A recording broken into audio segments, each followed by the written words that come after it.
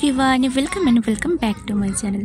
तो आज के तुम्हारे साथे शेयर करब होली मेकअप लुक। तार जोन्नो आमि प्रथमे यूज करे निয়েছি टोनार। तो तारपर आमि एखाने यूज करছি सानस्क्रीन।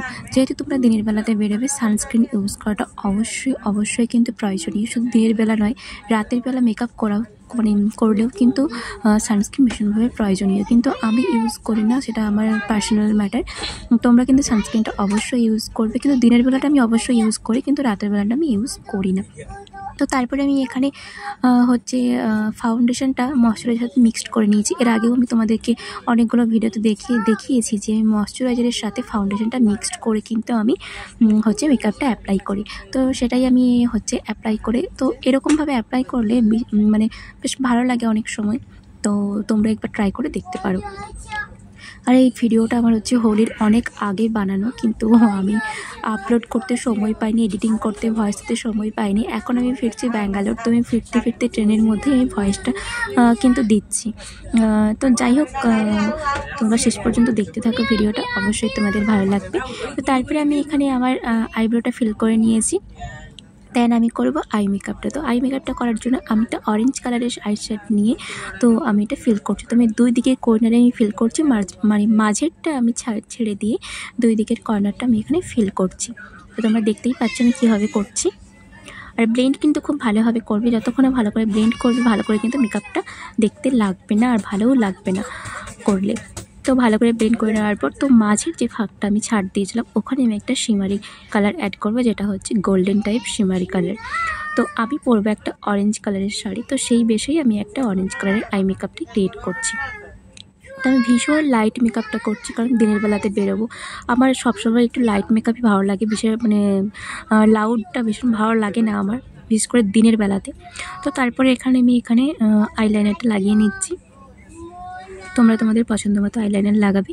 আর আমি এখানে কাজল লাগিয়ে নিয়েছি। কাজলটা লাগানোর পর আমি এখানে ইউজ করব হচ্ছে ব্ল্যাক কালারের যে আইশ্যাডো প্যালেটটা আছে, ওখান থেকে আমি ব্ল্যাক কালারের আইশ্যাডো প্যালেটটা নিয়ে ওটাকে ভালো করে আমি স্পাচ করে নেব।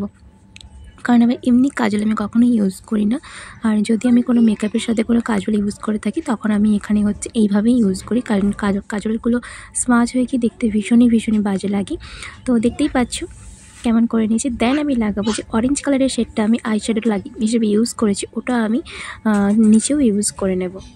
দেখতে অনেকটাই ভালো লাগবে। এখানে হয়তো ক্যামেরাতে ভালো করে বোঝা যাচ্ছে না, বা কতটা ভালো করে বুঝতে পারছো সেটা আমি তোমাদেরকে দেখাতে পারছি না, বাট আমি নিচেও কিন্তু একটু হালকা অরেঞ্জ কালার আমি ইউজ করেছি। দেন আমি চোখের কর্নার লাগিয়ে নিয়েছি হাইলাইটার, লিপসের ওখানে হাইলাইট করে নিয়েছি। দেন আমি নোজটাও করে নেবো হাইলাইট।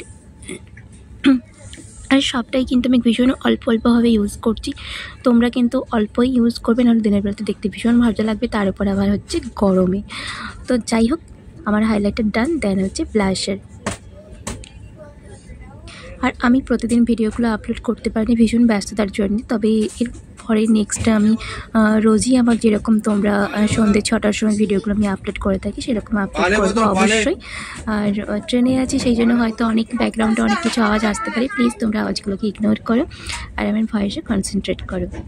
তারপর আমি এখানে হচ্ছে লাগিয়ে নেওয়ার পর ব্লাশার, দেন আমি হাইলাইটারগুলো একটু হাইলাইট করে নিচ্ছি অল্প করে। আর এই মেকআপটা কিন্তু অবশ্যই কেমন লাগলে তোমরা কিন্তু জানাবে। তাই আমি এটা ইউজ করছি লিপস্টিক।